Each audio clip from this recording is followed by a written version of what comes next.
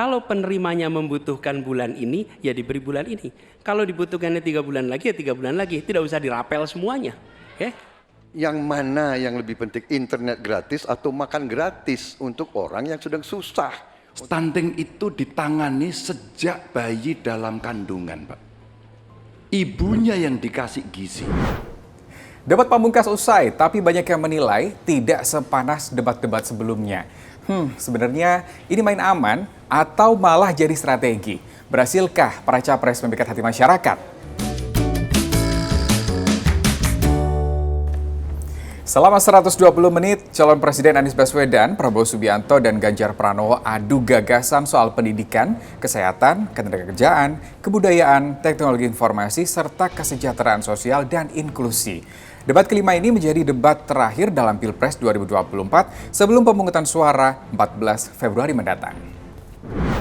Debat pamungkas dinilai lebih adem ayem katanya. Ada adu argumen, ada juga sedikit saling serang, tapi banyak yang menilai tidak sepanas debat-debat sebelumnya.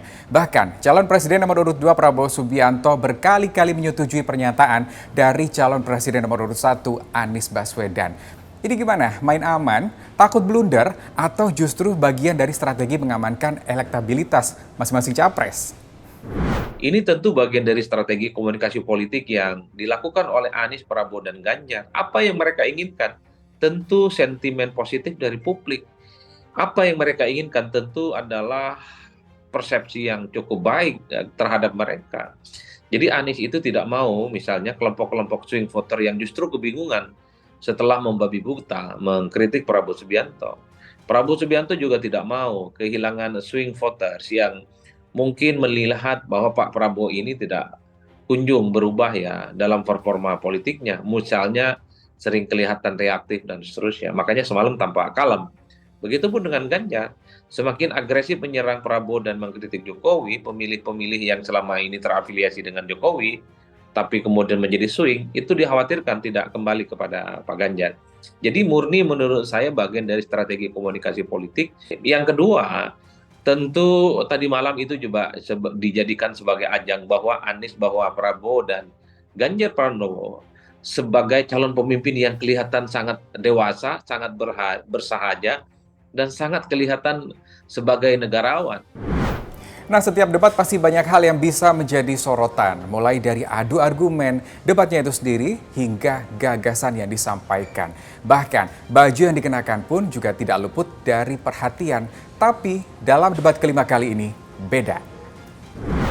Dalam debat kelima yang menjadi sorotan, tokoh-tokoh yang mendampingi para pasangan calon, siapa saja yang berdiri di belakang mereka selama debat, bahkan muncul muka-muka baru. Nah, di kubu 02 misalnya, muncul Dr. Terawan. Kemudian semakin banyak juga publik figur yang hadir mendampingi pasangan calon.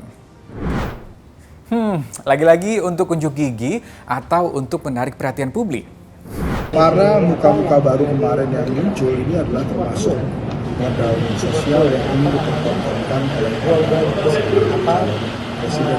presiden kepada masyarakat yang ingin supaya momentum politik yang ada pada tahun ini itu berpihak ke mereka sehingga mereka bisa naik elektabilitasnya. Debat Pilpres telah usai, adu argumen, adu gagasan telah disuguhkan para capres dan cawapres. Lalu apakah sudah sesuai dengan harapan masyarakat debat Pilpres yang bisa menggambarkan seperti apa calon pemimpin mereka? Menurut saya masih kurang gitu buat sampai ke benar-benar solusinya dan konkretnya gitu. Masih ya ngambang-ngambang aja gitu. Ya walaupun tidak semangat sih, semangat nontonnya. Dan dengan debat tadi malam juga, debat terakhir, aku sudah memastikan pilihanku siapa. Iya, kalau melihat dari hasil ini kan belum maksimal ya. Tapi memang mungkin itulah yang terbaik saat ini. Penentukan pilihannya ya tentunya dilihat bukan hanya dari debat, tapi dari keseluruhannya, track recordnya, visi misi juga jadi pertimbangan, lalu juga kira-kira dampaknya apa ke saya, gitu. Bukan soal adem ayemnya atau panasnya debat, tapi kini yang dinanti oleh masyarakat adalah realisasi dari gagasan dan juga janji-janji. Terima kasih sudah diskusi.